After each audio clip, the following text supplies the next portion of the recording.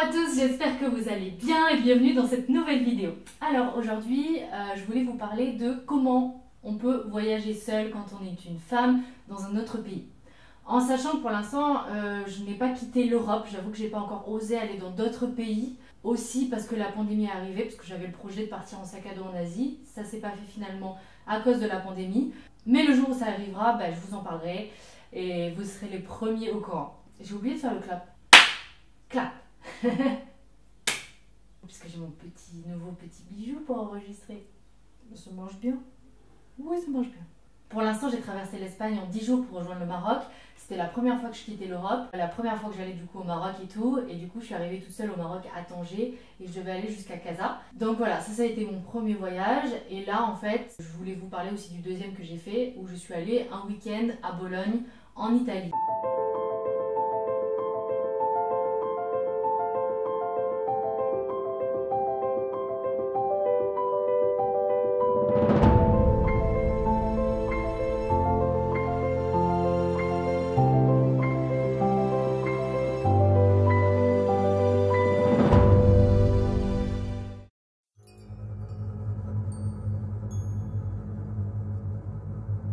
Voilà le Parco Cavaticcio que je cherche depuis une bonne demi-heure. Oui, c'est censé y avoir de l'eau, enfin c'était assez grand, ça a l'air d'être assez lumineux, c'est festif.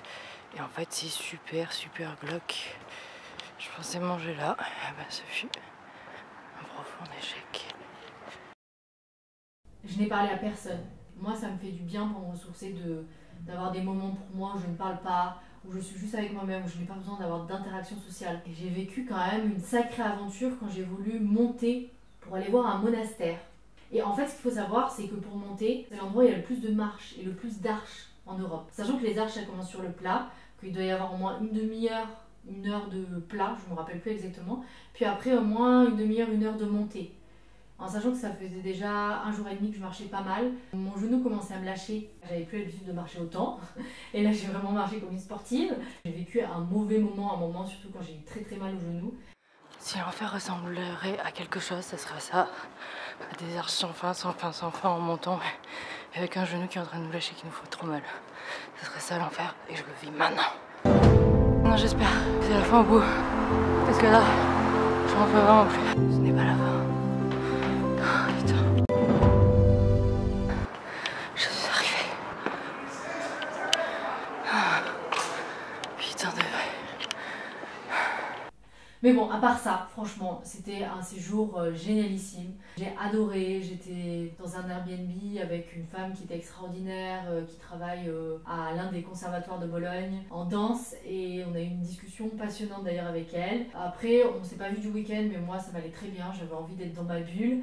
Et ça a été très intense parce que voilà, j'avais vraiment que 2 jours, même pas total, je crois, avec l'avion.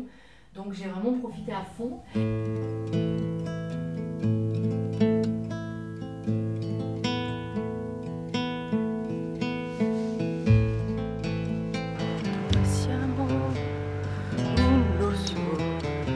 Ouais, un chien. Coucou. Des poubelles.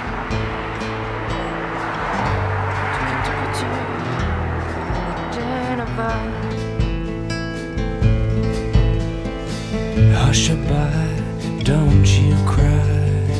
Go to sleep, you little baby. When you wake, you shall have cake and all the pretty little horses. Black sand bays, dapple and grays, all the pretty little horses.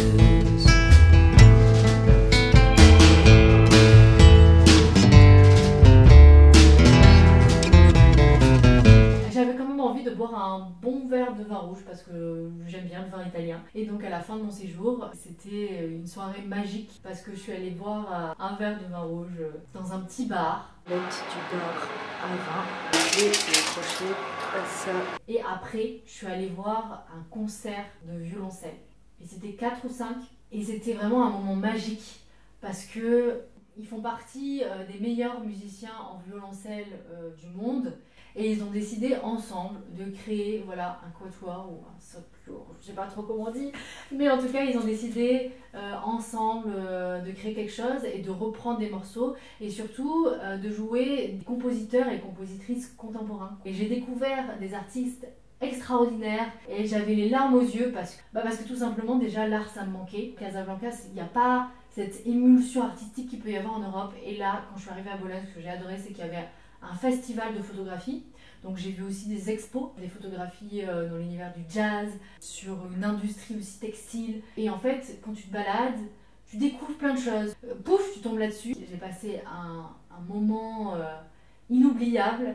Donc c'est pour ça, même si vous êtes toute seule, franchement, il vaut mieux voyager toute seule que pas voyager du tout. La première étape, c'est de sauter le pas, de se dire vas-y j'y vais, sans avoir peur, sans anticiper, ce qui peut être des fois le plus dur.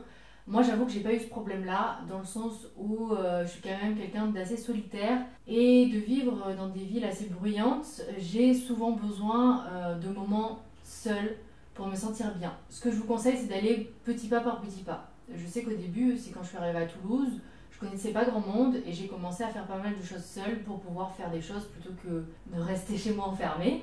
Parce que moi j'ai cette philosophie-là, si j'ai envie de faire quelque chose, je le fais, qu'il y ait quelqu'un avec moi ou pas. Et j'ai commencé du coup à faire des randonnées toute seule à côté de Toulouse en prenant le train, en prenant le bus pour la journée. Donc je suis vraiment partie d'abord pour la journée, je suis pas partie toute seule pour plusieurs jours.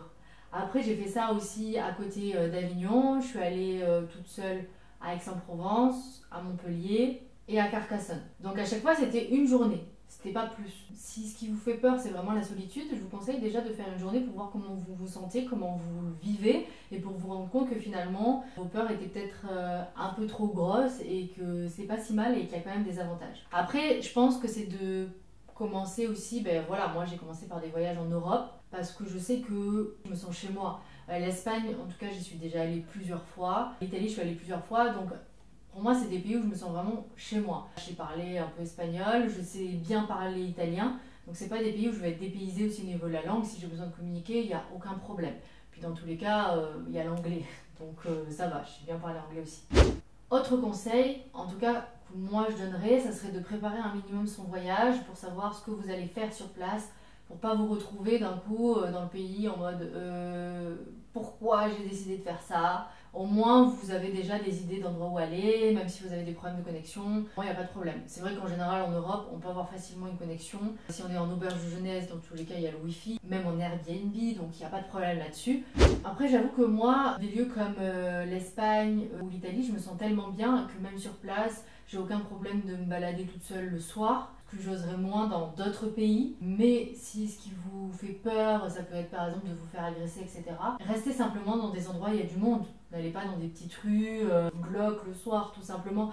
Et je vois pas franchement ce qui peut vous arriver dans un endroit où il y a pas mal de monde. Ce qui peut peut-être vous gêner, ça peut être par exemple d'aller au resto toute seule, de faire certaines choses où il y a souvent des gens en groupe qui sont là. Soit vous êtes assez sociable, et vous allez dans une auberge de jeunesse qui est le meilleur moyen de rencontrer des gens et en plus de pays différents, donc c'est vraiment chouette. Et du coup, vous voyez si vous pouvez pas faire quelque chose avec une autre personne. Juste dire, tiens, ce soir ça te dit qu'on se retrouve pour aller dans un bar, pour aller dans un resto. Moi j'avoue que la sociabilisation ça a toujours été compliqué pour moi. Donc je vais pas aller vers les gens, sauf si c'est eux qui commencent à me parler souvent. Mais en même temps, je trouve que le voyage, ça amène une dynamique, je sais pas, rien que déjà de voyager seul, ça demande un minimum de courage. Et donc du coup de parler à des gens, s'ils sont accueillants, en tout cas en auberge de jeunesse en général c'est le cas, ça vient naturellement. Ça peut venir autour du petit-déj, s'il y a une cuisine commune, ça peut venir le soir dans le dortoir. Moi j'avoue que j'ai une manière assez particulière de voyager, où j'aime bien faire énormément de choses. Ce que j'adore c'est découvrir tout ce qui est culturel, artistique dans l'endroit où je vais, et puis marcher énormément. Parce que moi j'adore marcher, après ça c'est ma vision des choses.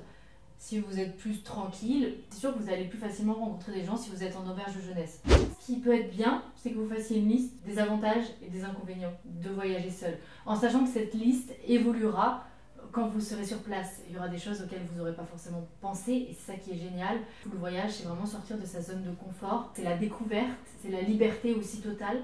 Et voyager seul, il n'y a pas plus grande liberté que de voyager toute seule. Vous pouvez faire ce que vous voulez. Vous n'avez pas besoin de vous mettre d'accord avec quelqu'un. Vous pouvez aller à votre rythme. votre rythme intérieur. Donc moi je sais que c'est pour ça que j'adore voyager toute seule. C'est le fait de pouvoir me retrouver avec moi-même et dans une sérénité totale. Parce que c'est vrai que dans sa ville, des fois on peut se sentir angoissé d'être seul, de faire certaines choses seul. Ça peut arriver, on peut sentir une solitude. Mais en voyage, en fait, c'est la découverte permanente. Moi, en fait, je redeviens un peu comme une gamine qui découvre la vie, qui m'émerveille de tout. Parce que aucun pays ne se ressemble, aucune ville ne se ressemble. Donc même au-delà du côté culturel ou artistique, j'adore juste observer les gens qui marchent, observer les détails, les choses qu'on ne voit pas forcément dans le quotidien, prendre le temps aussi. Donc n'hésitez pas, franchement, c'est une expérience extraordinaire pour travailler sur soi, pour se sentir mieux, pour se ressourcer. Donc qui n'est pas tout le temps agréable parce que des fois on se retrouve face à des pensées qu'on n'a pas envie d'avoir, mais on en sort transformé. En tout cas, moi, je m'en sors transformée de tous les voyages que j'ai vécus seule et rechargée à bloc. Donc, n'hésitez pas à me parler de vos expériences, en commentaire, à liker, etc. pour que cette chaîne continue à vivre. Et je vous dis à très vite pour une nouvelle vidéo. Abonnez-vous si vous avez aimé ça. Ciao, ciao.